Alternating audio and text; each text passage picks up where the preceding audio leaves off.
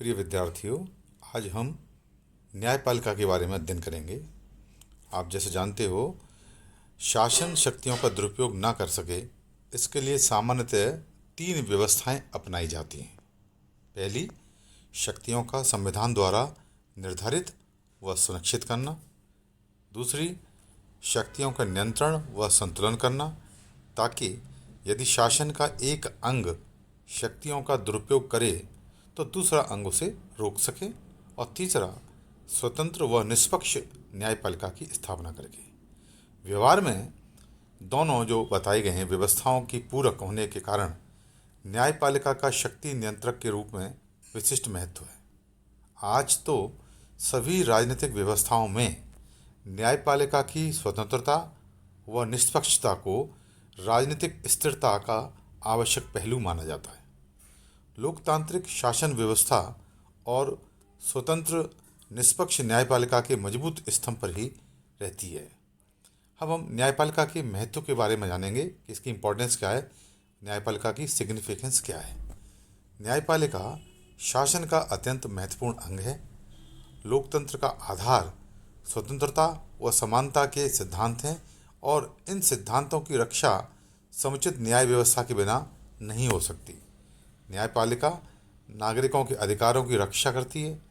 यह विधायिका द्वारा निर्मित कानूनों की व्याख्या करती है और कानून का उल्लंघन करने वालों को उचित दंड देती है।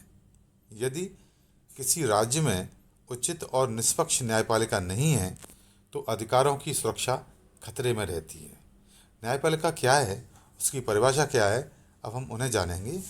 न्यायपालिका शासन का वह अंग होती है जो विधियों की व्याख्या करती है तथा उनका उल्लंघन करने वालों को न्यायिक दंड देती है। साधारण अर्थ में विधियों की व्याख्या करने व उनका मापन करने वाले व्यक्तियों को दंडित करने की संस्थागत व्यवस्था को न्यायपालिका कहा जाता है। यह उन व्यक्तियों का एक समूह है जिन्हें कानून के अनुसार समाज के विवादों को हल करने का अधिकार प्राप्त रहता है। न्यायपालिका न्यायिक प्रक्रिया की संरचनात्मक अवस्था है। यह व्यवस्थित कानूनी लड़ाई के लिए की गई व्यवस्था जांच करने का एक तरीका है। यह समाज में प्रचलित विधियों को लेकर उठने वाले विवादों का समाधान करने की का एक संस्थागत यंत्र है। अब महत्वपूर्ण विषय ये है कि न्यायपालिका के कार्य क्या हैं, उनकी शक्तियाँ क्या हैं। तो सबसे पहला कार्य है इसका न्याय प्रशासन। न्यायालयों का पहला और सबसे महत्वपूर्ण कार्य न्याय प्रशासन है। न्यायालय दीवानी, फौजदारी और संवैधानिक मुकदमों में अपना निर्णय देते हैं जिनमें या जिसमें विवादग्रस्त पक्ष अपने अपने तर्क प्रस्तुत करते हैं। दूसरा इसका जो कार्य है वह है कानूनों की व्याख्या करना। न्यायपालिका का मुख्य कार्य कानूनों की व्याख्या करना है। प्राय कानून अस्पष्ट और क्लिष्ट भाषा में होते हैं। ऐसी स्थिति में न्यायाधीश अपने विवेकानुसार कानूनों की व्याख्या करते हैं और उनके अर्थ को स्पष्ट करते हैं। तीसरा कार्य है नागरिक अधिकारों की रक्षा करना। न्यायालय नागरिक अधिकारों की रक्षा करते हैं। कई राज्यों में नागरिकों के मौलिक अधिकारों का उल्लेख संविधान में दे दिया जाता है ताकि उनसे संविधान की न्यायपालिका का संरक्षण प्राप्त हो सके। ऐसी स्थिति में यह न्यायपालिका का विशेष उत्तरदायित्व है कि वह इस बात का ध्यान रखे कि सरकार का कोई अंग इन अधिकारों का अतिक्रमण न करे। चौथा कार्य है अभियोगों के निर्णय। विधि के या कानून के उल्लंघन से उत्पन्न मुकदमा का निर्णय न्यायपालिका करती है। नागरिकों के पारस्परिक विवादों का निर्णय न्यायपालिका द्वारा होता है। नागरिकों के दीवानी के फौजदारी विवादों पर पक्ष तथा प्रतिपक्ष के विचार सुनकर न्यायालय फैसला सुनाते हैं। पांचवा इनका जो कार्य है न्यायपालिका का वह है संविधान की रक्षा करना। संविधान की रक्षा करने का उत्तरदायित्व न्यायपालिका का होता है।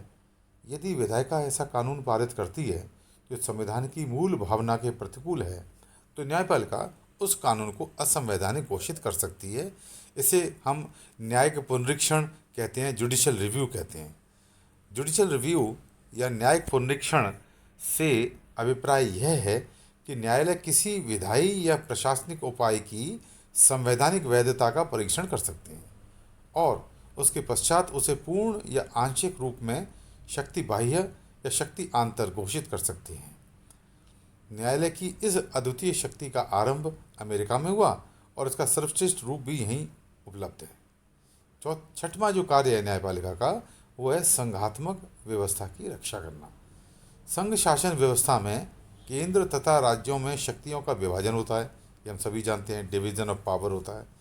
कभी कभी संघीय इकाइयों में आपस में अथवा संघ तथा अन्य इकाइयों में विवाद की स्थिति उत्पन्न हो जाती है। संघीय न्यायालय की सर्वोच्चता इसीलिए स्थापित की जाती है कि इन विवादों में उसका निर्णय ही मान्य होगा। इस प्रकार न्यायपालिका संघ में किसी भी क्षेत्राधिकार का उल्लंघन नहीं करने देती। इस प्रकार एक संघीय शासन के न्यायालय एक संविधान न्यायालय का रूप भी धारण कर लेते हैं। यद्यपि यह सच है कि ऐसे अधिकांश मामलों में निर्णय केंद्रीय सरकार के पक्ष में जाते हैं, लेकिन हर एक मामले में ऐसा होना आवश्यक नहीं है। सातवां जो कार्य है न्यायपालिका का, उसे कहते हैं मंत्रणा कार्य अथवा परामर्श देना। अनेक राज्यों में न्यायपालिका राष्ट्राध्यक्ष का परामर्श देने का कार्य भी करती है। इंग्लैंड में कार्यपालिका की प्रार्थना पर प्रिवी काउंसिल की न्यायिक समिति वैधानिक प्रश्नों पर अपनी राय देती है। भारत में भी राष्ट्रपति गंभीर संवैधानिक प्रश्नों पर सर्वोच्च न्यायालय से परामर्श ले सकता है। आठवां कार्य विधायन संबंधी कार्य, विधि निर्माण व्यवस्थापिका का कार्य है तथा विभिन्न मुकदमों के निर्णय के सिलसिले में न्यायपालिका कानूनों की जो व्याख्या करती है, उन व्याख्याओं से कतिपय कानूनों का निर्माण हो जाता है। अमेरिका के जो न्यायाधीश थे ह्यूज ने जब यह कहा कि न्यायाधीश भी विधायन कार्य करते हैं, तब यह कोई कानूनी कल्पना ना होकर एक हकीकत थी। जहाँ विधि या कानून मौन है अथवा किसी अन्य कानून के अनुसार असंगत प्रतीत होता है, तब न्यायालय यह निर्णय करता है कि कानून क्या है और किस कानून को स्वीकार किया जाना चाहिए। इस बारे में उनका मार्गदर्शन साम्यता और न्याय के सूझबूझ के सिद्धांत के द्वारा किया जाता है। ये निर्णय बाद में दृष्टांत या नजरे, जिनको प्रेसिडेंट्स कहते हैं, हो जाते हैं। इन दृष्टांतों को न्यायाधीशों द्वारा निर्मित कानून या केस लॉज भी कहते हैं।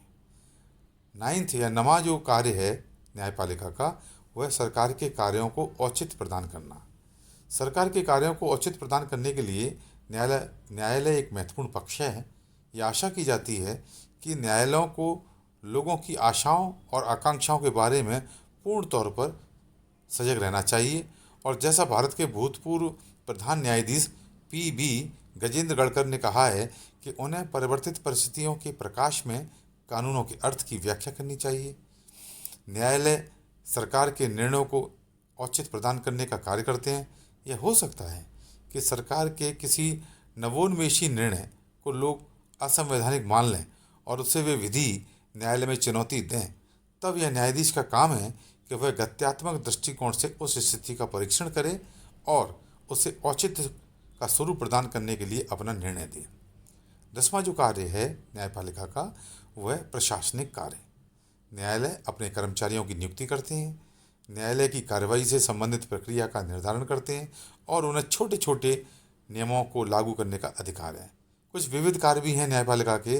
न्यायालय अल्पवयस्क या नाबालिगों की जायदाद के लिए ट्रस्टी या संरक्षक नियुक्त करता है, नागरिक विवादों की मंजूरी देता है, निर्वाचन संबंधी झगड़ों की अपील सुनता है, वसीयतनामे तथा इच्छा पत्रों की रजिस्ट्री भी न्यायपालिका द्वारा होती है।